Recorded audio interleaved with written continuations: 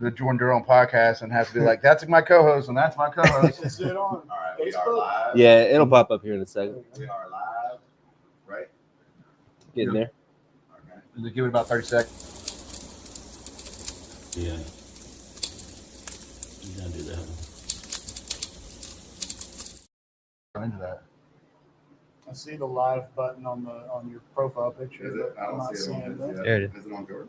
Oh, okay, no. You hit the Scroll down capital a little picture, now bit. you hit the other app. Still not. I mean, I see the Music by Cloud. Magnolia Room Speakeasy. Airbnbbosses. Drinx. Shout out to John. DirectAuto. Go see Michael West. Collision Depot. They will fix and repair to the highest standard. The District Coffee Company, downtown Ocean Springs, and the new location, Pascagoula. Captain Al's, Gulfport, Mississippi. Go see Stacy and Bert. New iPhone, home, auto, motion, builders, whips, and life excellence. The Jourdan Derouen podcast with McCade Hibbard and Anythony Portera.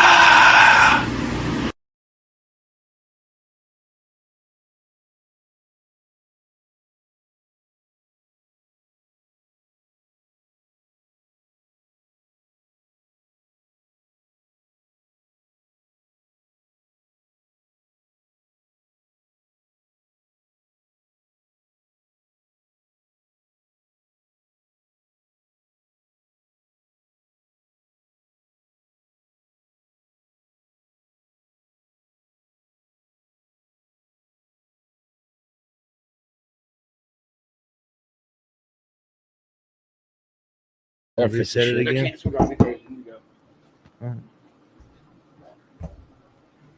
All right, we got visuals again. All right. Good evening and welcome to the District Boys podcast. Now we have episode 71.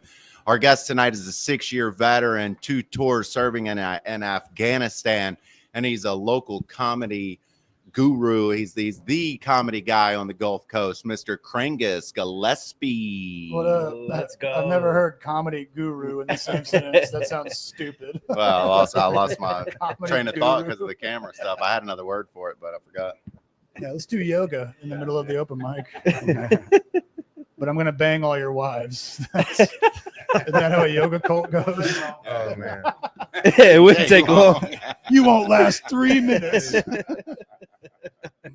That's a funnier joke in other states where you can actually watch Pornhub. Dude, no kidding. We can't watch Pornhub anymore, dude. That's Like you here? guys got well, all I mean- this equipment. You probably got like 3 different VPNs. What's but- Pornhub again? Yeah.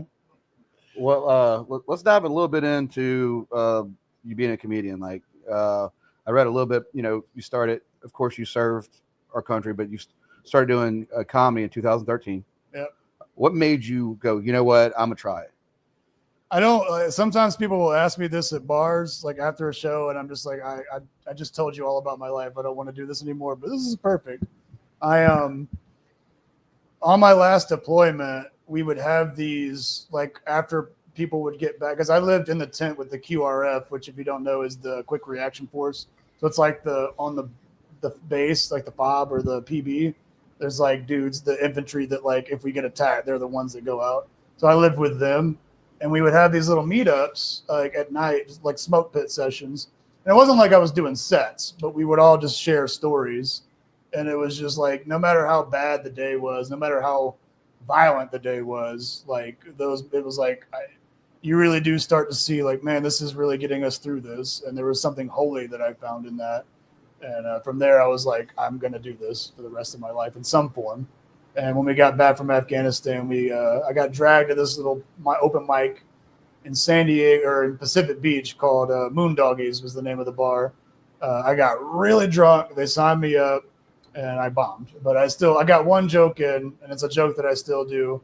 And I just was hooked after that. That's Comedy is sick, man. really an addiction, dude. It's like a drug. You see those short clips of guys like getting shot at in Afghanistan and stuff, but the best thing to do in that situation is just be funny. I think like that's what bros do sometimes. Is they just crack a fucking joke in the middle of combat.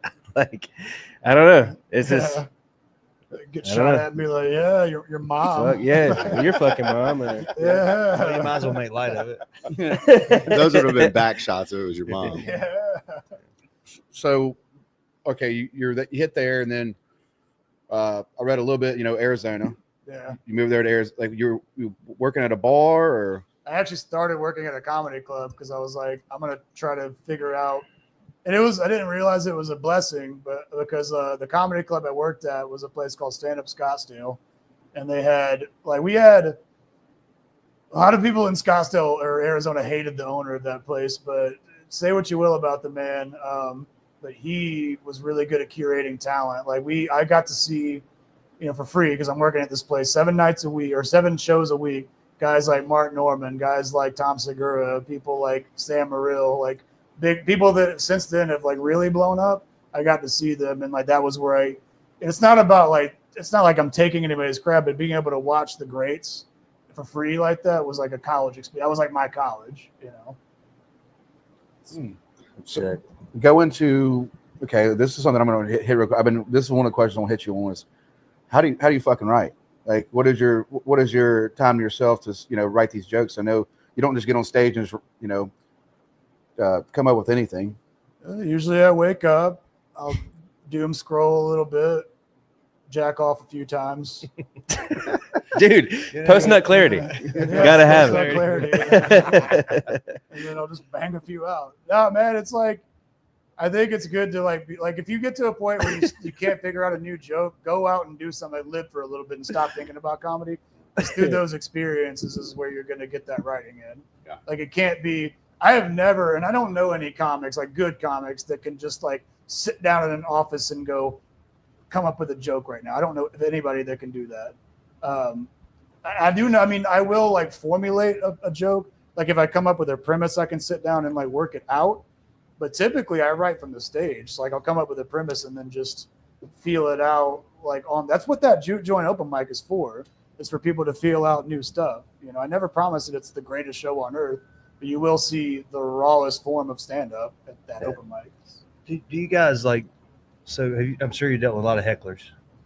Yeah. Do y'all have like an posted- arsenal for that shit? Or do you just off the hip when they mess with you? It's mostly just off there because you gotta read the room, man. And sometimes, especially at an open mic, you got people that are coming in. It's a dive bar. They didn't know that the comedy show was about to be a thing. And you got to play that by ear. We had a homeless crackhead come in and heckle the whole night. And we just made the whole show about her. I have a clip of it. We just made the whole show about her. She got on stage and was calling people. I'm not going to say anything on your Christian podcast, but it was You go ahead and funny. say what the fuck you No, want. he said fuck Yeah. you. For sure. This is Yeah, imagine being canceled in Mississippi. Well, I'm trying to figure out what state has Pornhub. We'll talk about that later. I think Texas is the only one, right? No, Texas doesn't have it either, man. Yeah. You got to go to them liberal. I traveled states. for this shit, dude. You got to go to them liberal states to jank off. Well, you got VPNs though, like you said. You got VPNs. You could be in. I think my VPN at my I know house. what that means. So it's just it moves your Virtual internet, porn like network. the internet. You could say you're in Okay. Houston or Atlanta or fucking New York. You can change your IP address. But you got to delete your cookies first, or it knows who you are and it won't let you in. Everybody's got so much information. I wouldn't know. I wouldn't know, I dude. just know how the internet works. Is all. Well, I mean that's We really know the porn connoisseurs for this conversation. well, like when I got swatted on Twitch, I didn't know what a VPN was, Yeah. and I was living in Gaucher, and a guy called in and said, "I just watched my neighbor murder his wife and kids," and I was playing Call of Duty. But that was because if you have an IP address, it pulls up your house. You can find somebody's house Damn it. through an IP address.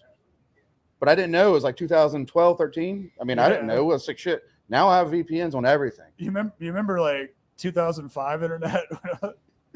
Dial I had the AOL. I had the kind of parents that didn't want me to like read Harry Potter, like they were a real Christian. They didn't want like it's witchcraft, but they were totally cool with me having the internet at 2 a.m. in 2005. Like you can't read about witchcraft and wizardry, but man, if you want to hop on AOL Instant Messenger at 2 a.m. and ruin a marriage, fucking go nuts, kid. Yeah, I didn't. I was able to have internet in the daytime after school until about 7 o'clock. Then my stepdad would hop into eBay and porn, and it was 56K modem. So when you had a phone, it ran off a phone line, so you couldn't even pick up the phone. He had the internet, and he had his one office, and he just went in there, and we had it for a couple hours after school, and that's when AIM chat room. Yeah, we all had it. Same Mark. We all had it. Like when pictures would Jordan's slowly out there load. catfishing. When pictures would slowly load, dude. I finally waited on one of those pictures, and the first time saw the female anatomy for the first time in my life. One of the slow loads.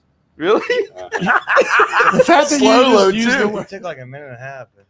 How many? You know what it was? I was like, finally. He just said female anatomy. How many women have you skinned? That's a weird way to put it. That was some Dexter shit, wasn't it? That Well, was the first time I saw the anatomy. I didn't know. And that was the obviously first fucking time. All that, but I didn't know. I mean, if you say a number, it's gonna be double. No. Oh, are we talking about the bodies? Are we talking about body he's counts? talking about serial killers. Oh. We're not talking about that body count. So I know you had, what was it? Was it Lunchbox comedy? I don't know. What was your? That's not me at all. That's No, not what even was your close. first group you started though? You started your first I had landmass comedy for a while. landmass. My bad. But Yeah, how long did you run that for? like 2 years. I got to a point where I was like in the beginning of me moving back. I only moved back here because my dad was dying. Like I was actually starting to thrive in Phoenix, and I started working for the Brewery Comedy Tour, where I was like doing national tours. And I moved back because my dad was dying, and like I was like, you know what, I want to see if I can start a comedy scene here. But I kind of realized that the way I was running it with that, it was like people were seeing me more as the producer, and I'm like, no, I'm a comedian. I'm not. Like I will produce things just to give back to the comedy community, but I'm not.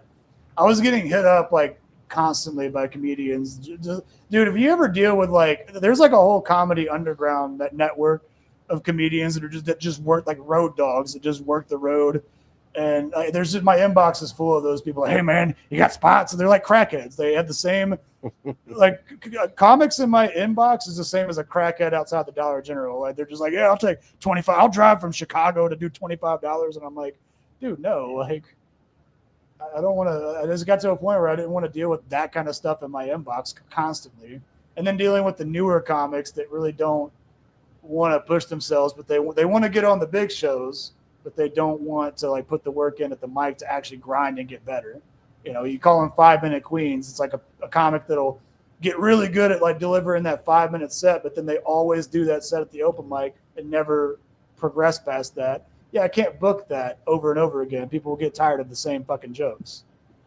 Damn, I can see that. So I got tired of that, and I was like, I'll still produce, but I'm going to solidify it to one room, and then you see where it is, the juke, and I'll make it fun rather than it just being a business. It is a business, but What is? I mean, open mic though. Nobody gets paid. They just come out and hang out. well, I Right? get paid to run it. But Yeah, but I'm saying other like the ones starting out, other comedians. Have you ever what's the biggest comedian that's popped in like you didn't even know, but they knew about your spot?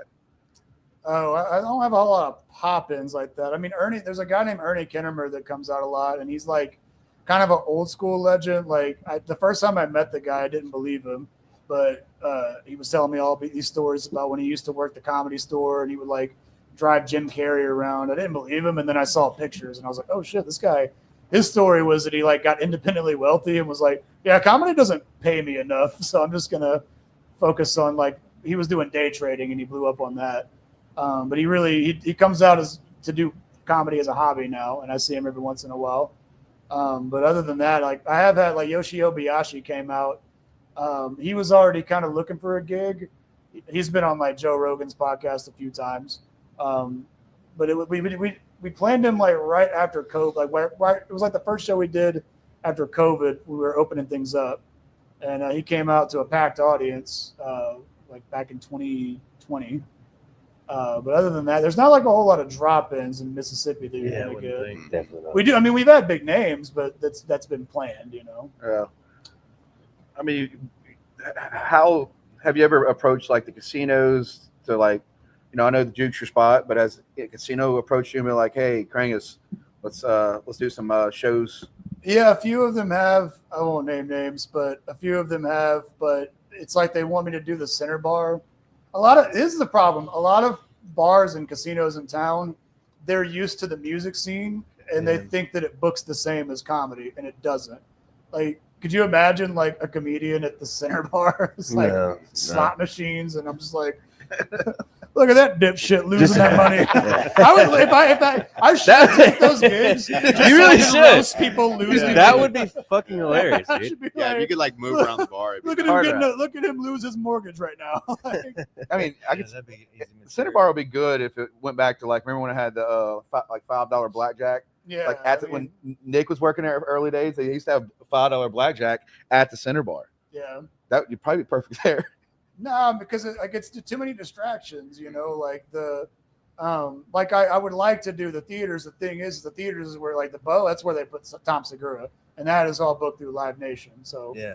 you know, and that's a mountain that I don't even know how to climb. Like, I don't know how to get in with Live Nation, you know. Matt McDonald, help him out.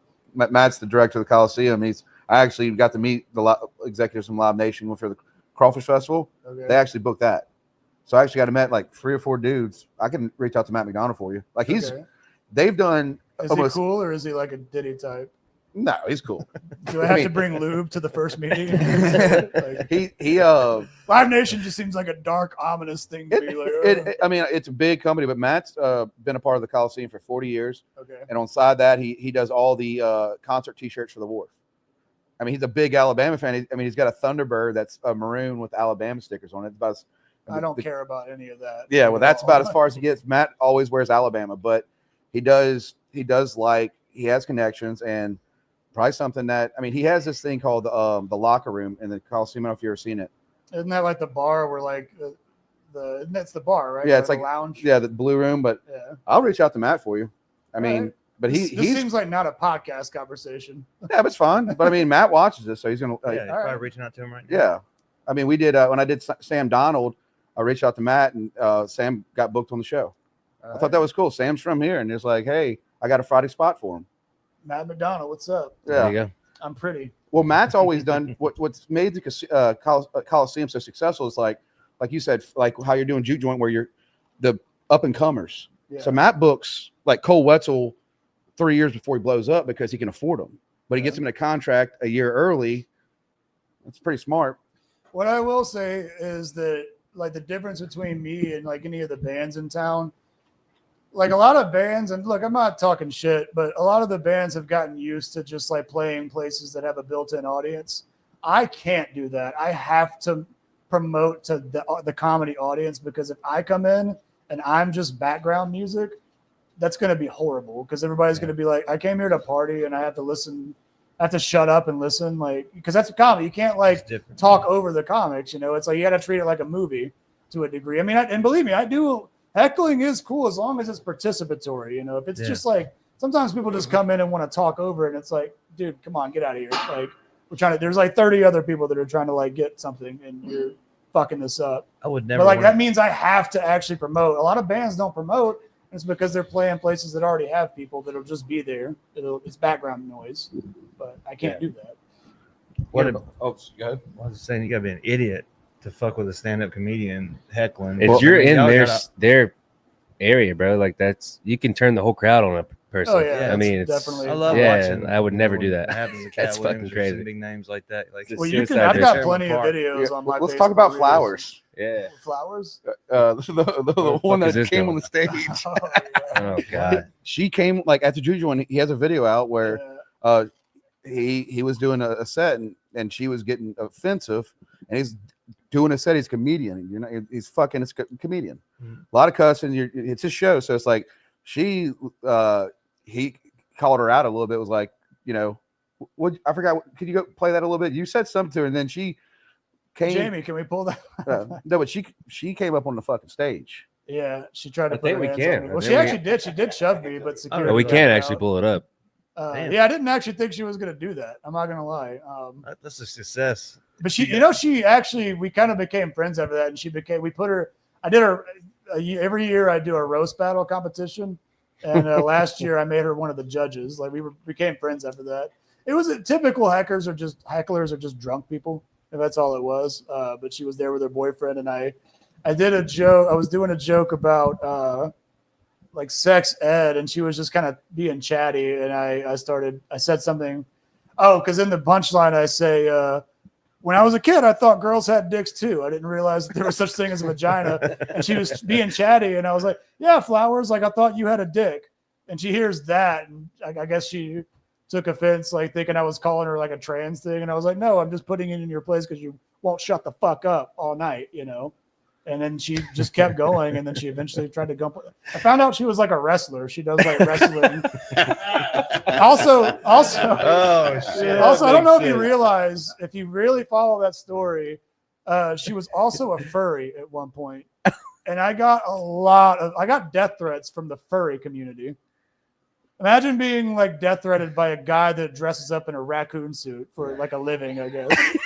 That's literally my life. I was like, I don't even know if I could take this serious. Like, Was it? I went from the Taliban to Fox guy. Like, Was it through DMs or were they actually at the juke joint? Did they show no, up? nobody ever went to the. I don't know. Maybe somebody's stalking me. If you ever see. Now I got a nightmare of like seeing dudes in like animal costumes like that. I went to a concert in New Orleans, see Disclosure, with Nick Cook, and there was a whole group. You remember Vung Sky? Vung Ska? Sky from school, the Asian Vung. Oh no, I don't know. But we all went. I had a lot of concussions when I was younger, so I don't have a lot of memories. Well, we all from high went and we school. looked over, and I remember us being down at Mardi Gras World looking over, and all of a sudden there is a fucking swarm of fucking furries, like full blown. They're real. They're real. Is this porn or is it? No, it's because they're furry. They dress furry, but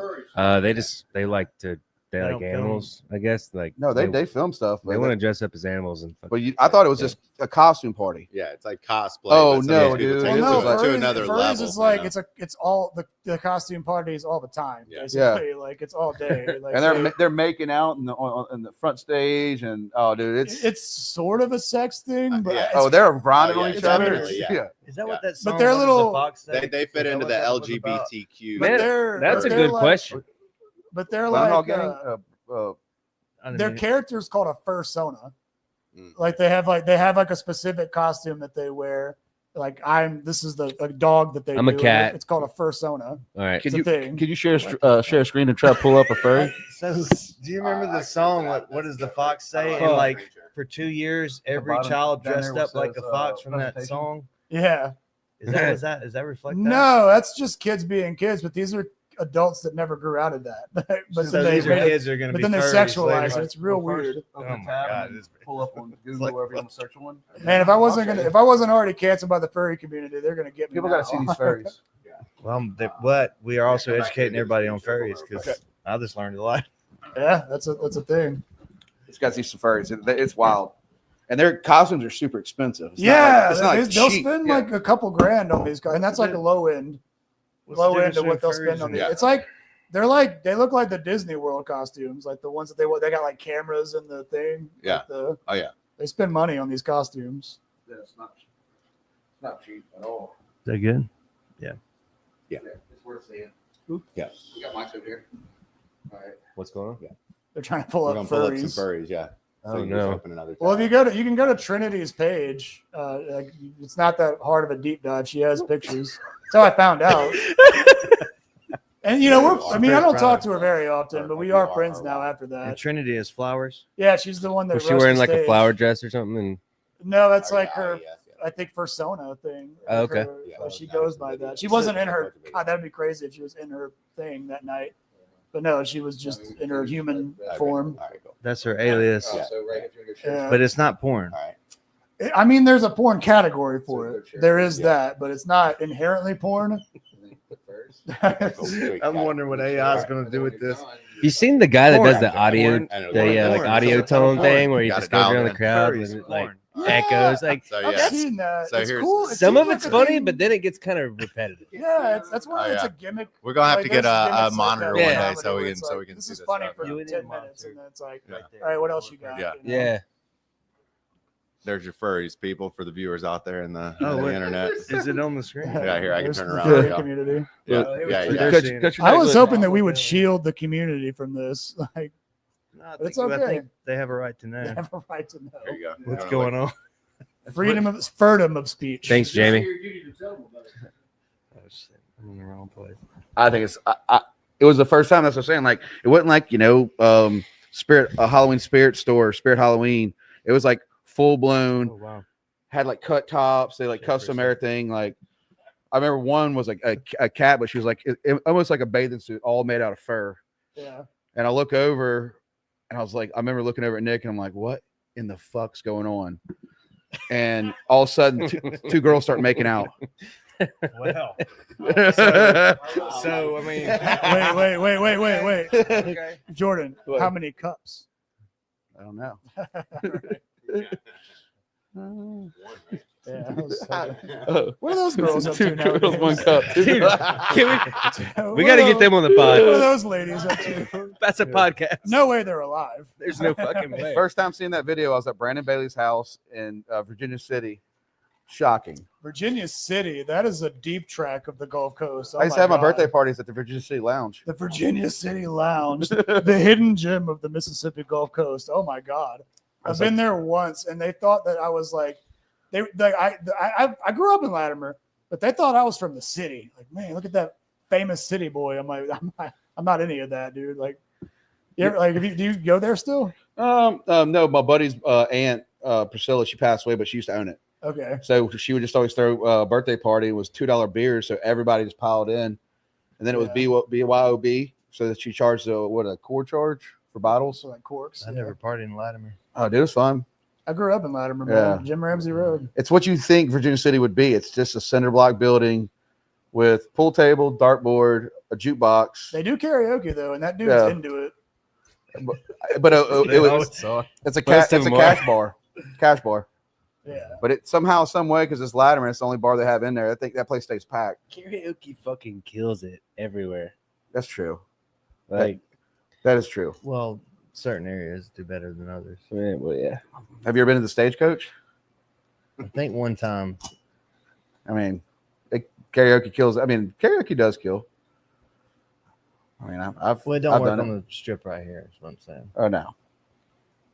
But it does at like Virginia City Lounge or like, and they're all playing like it's country music. It's I know I it. feel know like what you're they giving play. away Friends in like, Low Places. Is you're kind of giving away secrets that I don't want out there to Why don't anybody you that knows me. Why don't you just pull up and just do a show there? They've actually offered it.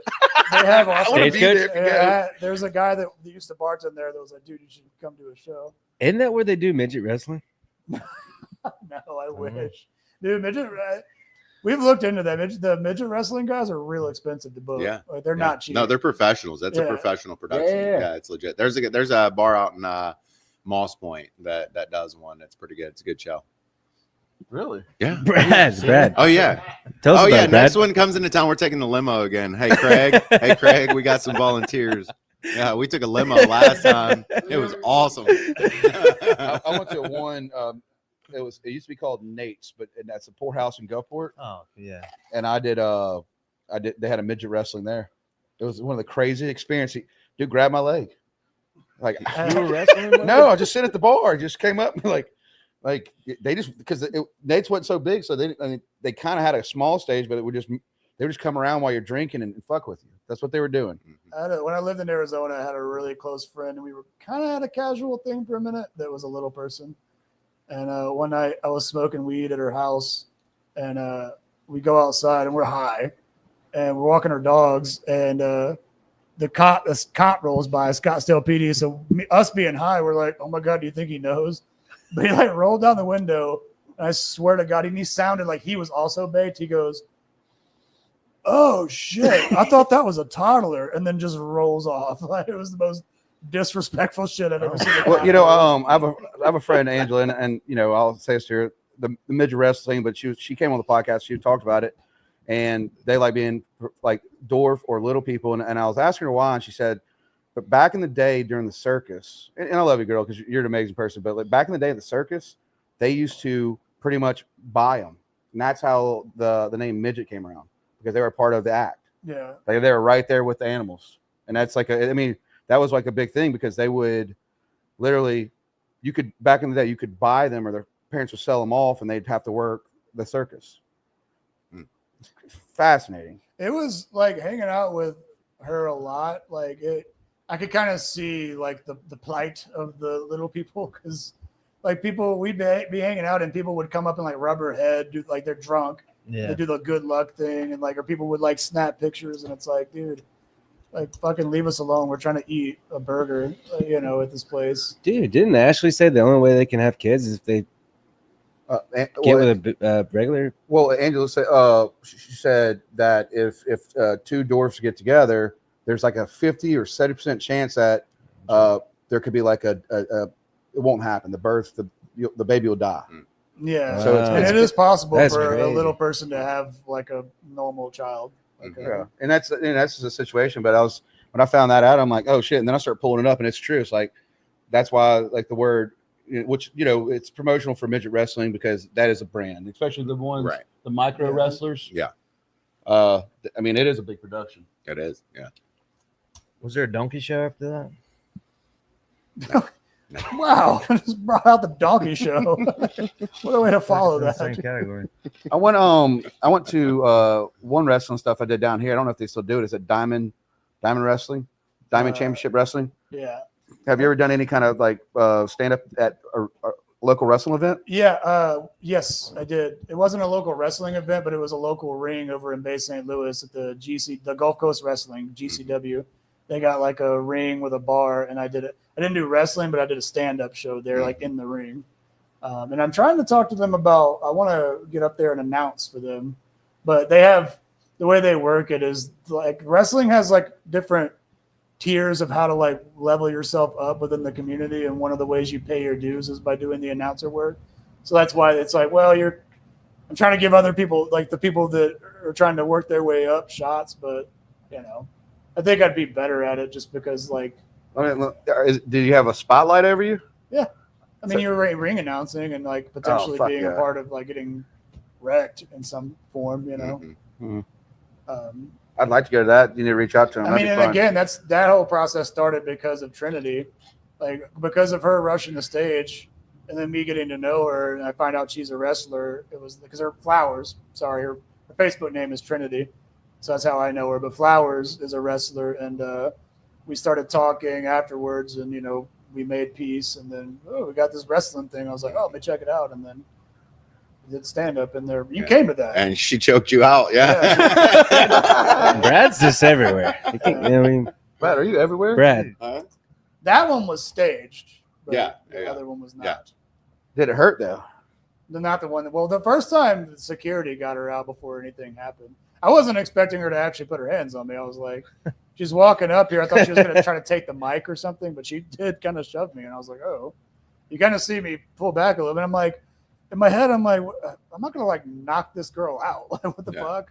But then security grabbed her, and then it was Yeah, it was a fun show. It was a fun event. I had to turn off the comment because that video got between 3 different platforms. It got like 600,000 views, and I had to I had to stop the comments because it was just, the furries started in, and I'm like, all right, this is getting weird. Come on.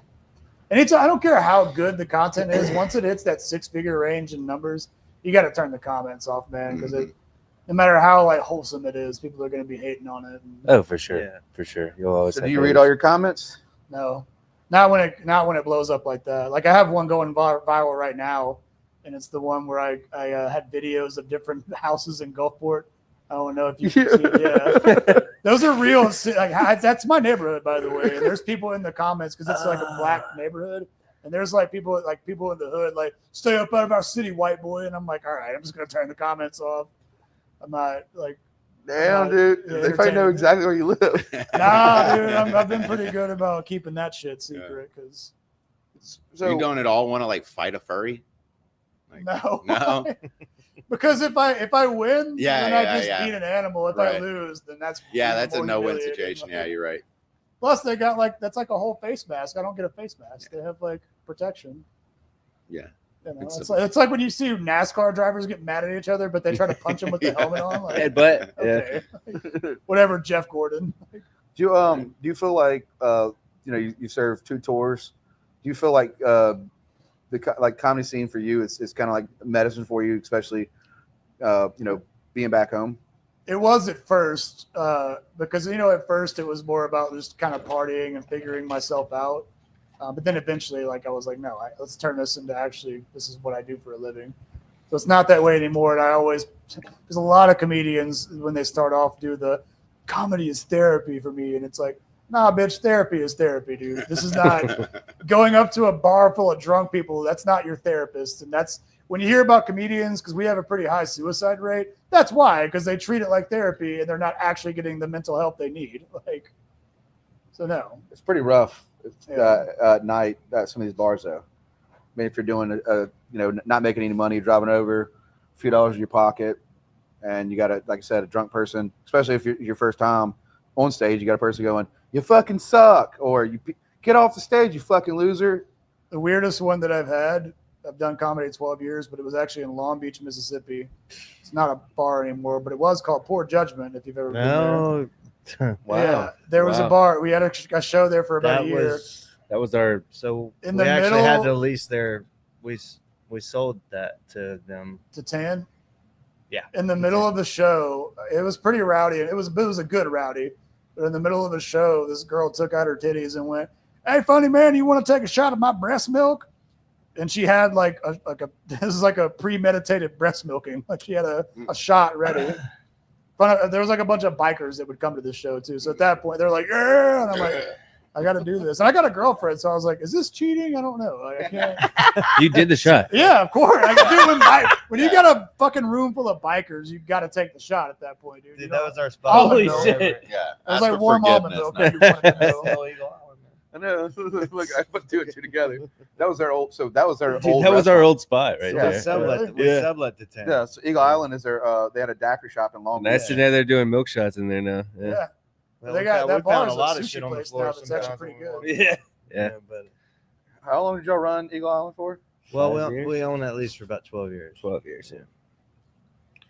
Fucking crazy how that one spot is them taking a shot. Seen a lot of things. Seen a lot of things. It's That's- weird. If that was your experience in Long Beach, that's a win, dude. the first show I did for Tan, it's a really small bar. Oh, I know. He Yeah. drove his motorcycle into that tiny bar and did donuts in the hey. bar. Like that's literally what ended the show. And I was like, I can't He spared, follow that. Like, I mean, he spared no expense. I love Dan. He's wild. We're talking like biker boys, or it was like a Harley.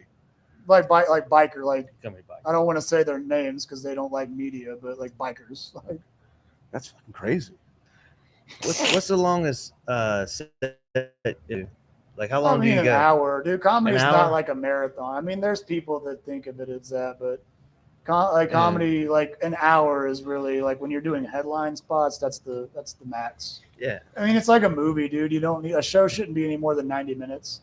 So you have your host, and then you have your feature, and then you have the headliner, and then there's showcases where you can do 15-minute spots. But an hour is that show though at Poor Judgment I would go too, just because I was like, because that became not really just stand up. It was like me getting on the bar pounding shots with the wireless mic, taking my shirt off and shit. It was like. Yeah, it was like that shit was punk rock, Coyote Ugly shit going on. I would man. walk through there after. We and were there'd like, just be what the fuck? igloo coolers of water, and I'm like, what happened? Dude, here? if just everybody be water. shirtless. They needed water. Like, that was the wildest and most fun show that I've ever done for Phil like a Bar. consistent basis. Holy shit.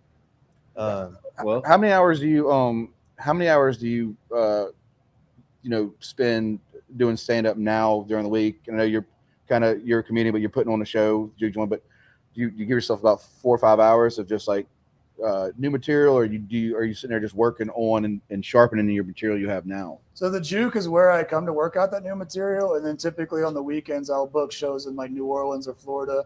Every once in a while I'll get like a gig in Phoenix or Tennessee, or I got something coming up in Jacksonville in April, North Carolina. I work a lot of Florida too, but like the Juke is where I like really hone the craft. So like that's where I bomb. Like if I'm gonna bomb, it's gonna be at the Juke because that's where the new it's your stuff is coming sandbox. out. Yeah. But that's where I can see what sticks, and then when I'm on the road headlining, I'm like, all right, now my set's tight. I'm good. That's perfect. Are you flying or are you driving? If it's far enough, I'm flying, which is kind of getting sketchy now. No shit. Dude. Dude. And I have to, I make my money comes from doing comedy, but I mean, I'm not famous, so you can imagine I got to fly Spirit. You're building an underground audience, though. I mean, you're building your own audience. Yeah. Have you ever asked to do like international tour of the military where they're stationed and where they're deployed and stuff like that? That You would know, be like they sick. bring a lot of stories and So, stuff out. you know, everybody has like the story of like what they were going to do before COVID. Mhm. I actually had a pretty decent in to do this work with Russell Peters. He was doing this tour in Afghanistan. Well, they were trying to set up like a comedy TV network, and there was a potential offer to go translate for that before COVID. It was through my friend Yoshi, but then not only did that fall through, but then like the Taliban came back. That's not happening ever again. Like, Right. So I'm glad. If I had done that, I would have died. Yeah, I heard the Straight up. Taliban's not very funny. Yeah.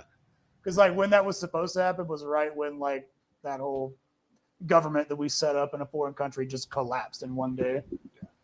Dude, talk about that second language, bro. Like Your position when you were a linguist. Yeah, Dedi. It's Dari for the Yeah. white people, but Dedi, it's the Persian Afghan language, which was kind of stupid that the military sent me to a school for a year to learn it, and then they sent me to the part of the country that mostly speaks Pashto, which is like not very similar at all. Right. Like, But Right. dude, like I'm it's like a thinking- bunch of opium farmers that course. speak Pashto, and they'd be like, "All They're right, like, linguists, go," and I'm like, "I can't fucking no, we paid you to learn the language." I'm like, "This isn't the language." Like it was awful. Like getting yelled at by commanders. Like I'm thinking Not- like wind talkers though, like the Navajo code talkers or whatever. Like that's what it's kind of vibe I'm getting. that's a weird code switch. Like trying to pretend to be Navajo. Like, Well, I'm just saying like knowing the language or whatever, breaking it, or yeah, I was there was a period where I was the only person that had a top secret clearance that knew English and yeah, Dari in the country. yeah, it's cool shit. But again, I mean, my language was helpful for dealing with the Afghan National Army because a lot of those guys came from Kabul, which is like the capital of Afghanistan. But it wasn't very helpful when it came to talking to like local opium farmers, you know, yeah, because they speak either Pashto or like a broken Baluchi dialect. Oh, shit. You got any jokes you know shit, in man. Dari that you could Not Tell- like I no. don't know no, any. nothing right now. Kadrat Daria Mesha, but I don't know any jokes in Dari. But Yeah. You I got mean, to write I'll tell you my favorite phrase in Dari, All like right.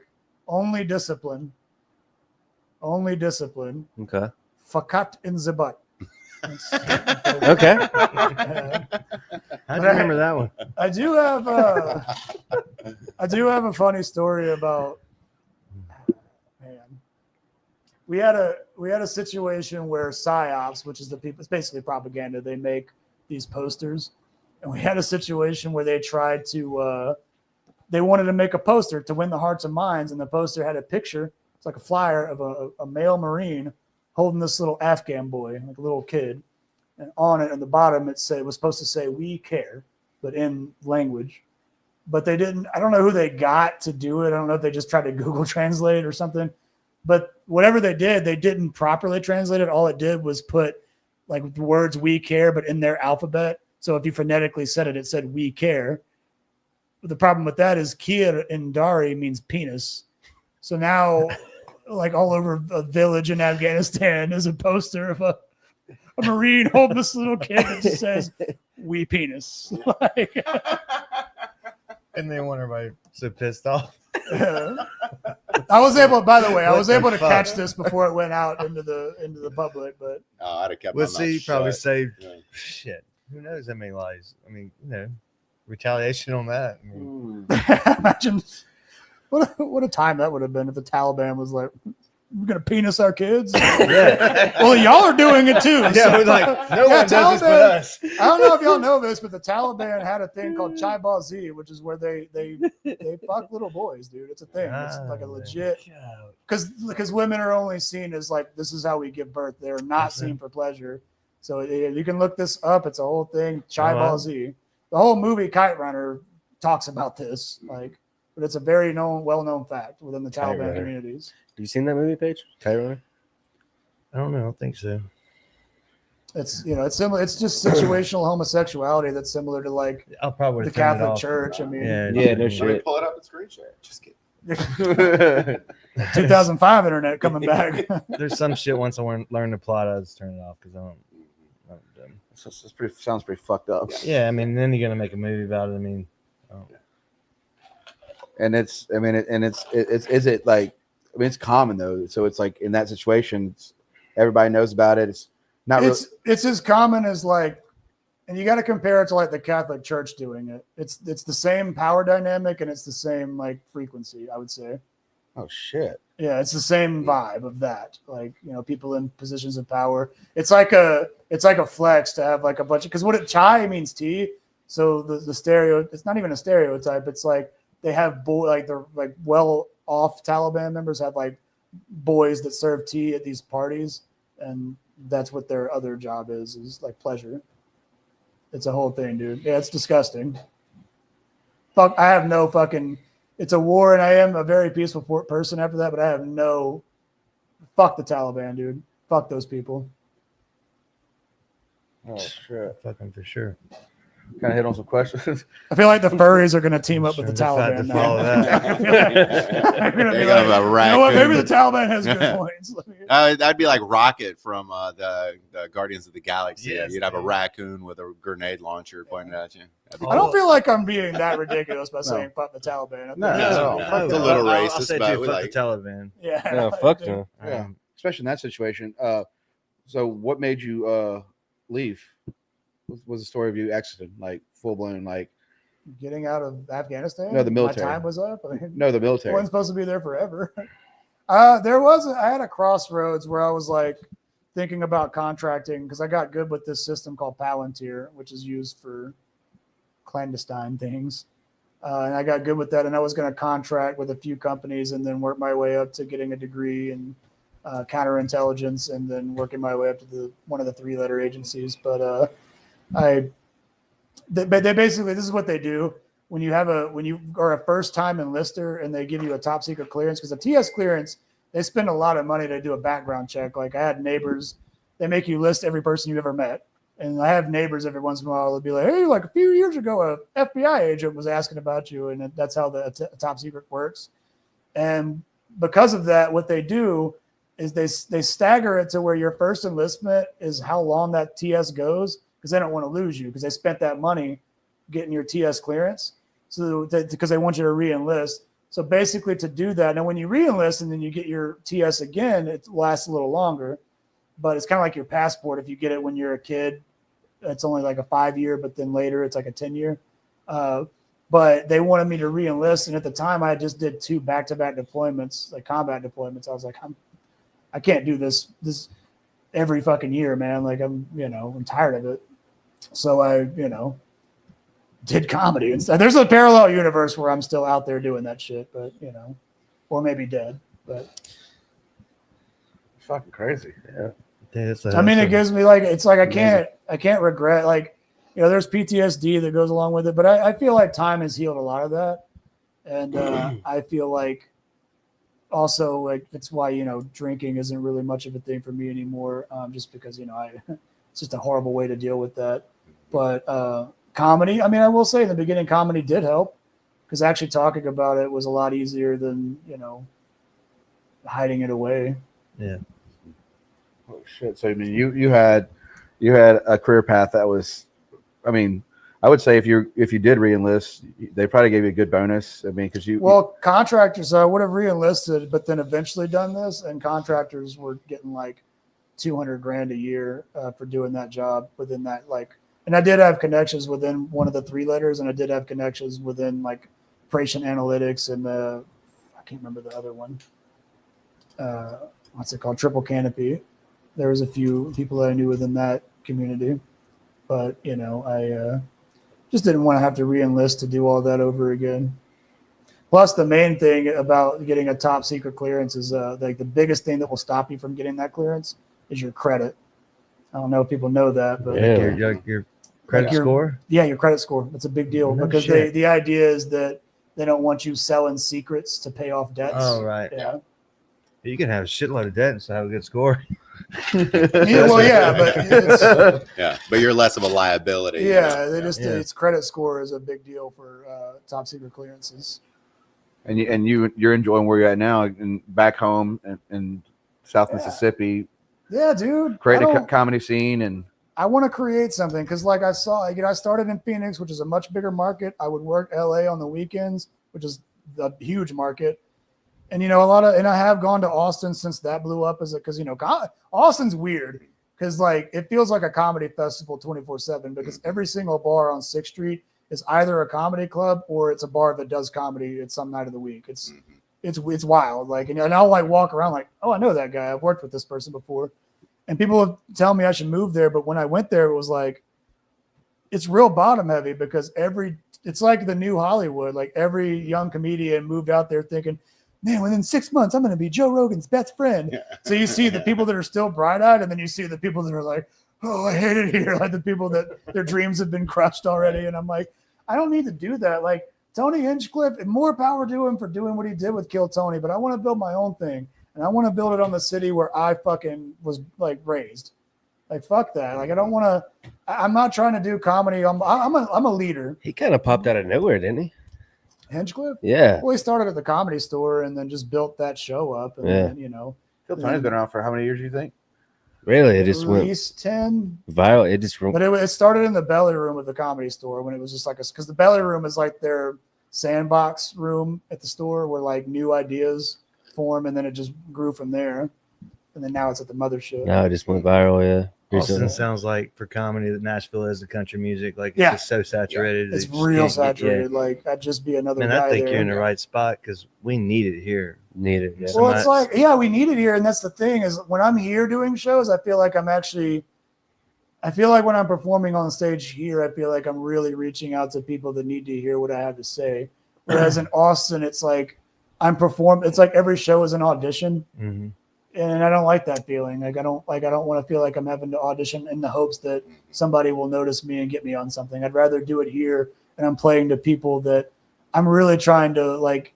If I felt like laughter is what gets people through hard times, and I'm playing at dive bars where people, I'm going to be honest with you, people that come out on a weeknight are sad people, and I am one of those people. So like I'm with my people speaking to them, rather than going to a comedy club where I'm just auditioning for a next spot. There's you understand the difference in the vibe of that. For sure. Like I feel like I'm doing the real work of a comedian here. Well, we're building the second level here, and I talk about it all the time. People are probably sick of hearing about it. It is going to happen, and it's going to have a wraparound balcony. It's going to be badass. And we thought about doing podcasts up there on the corner, kind of looking down government. But man, I'm just thinking right now. I mean, you're the music maker, but I'm thinking like collaboration of a live comedy in. I mean, as long as, pod. like I said, he was your brother brought that up to him too. I feel like I would want it to be a concept. I wouldn't want it to just be pure stand up. No, like you. I could definitely come up. I mean, I was thinking like even if you did it in here, have like a bad Mr. Rogers like behind that little thing, and you know, record it live, like just a same vibe, but he's just like a filthy dude. Like I could like do a character. I wouldn't mind getting into character work. You know, I mean, Brad's shirtless right now. I love character work. He's almost Brad. I wore a shirt, but Brad, you're dressed like every guy I've ever done cocaine with. The reality of cocaine is it's not like you're in a nice nightclub in Miami. What it is you end up at that guy's apartment at 2 a.m. and you thought there, but it's just you and him eating pizza over the kitchen counter. And for a while, you're like, dude, we're gonna totally start that LLC tomorrow. And then at 5 a.m., as you're waiting for your Uber, you're like, I hope I never see this person again. No, you're gonna wake up in the morning missing your skin. You know what I mean? That's funny, dude. Well, it seems like, I mean, you got a spot. And I mean, I will always say the juke joint, Guido, and has that.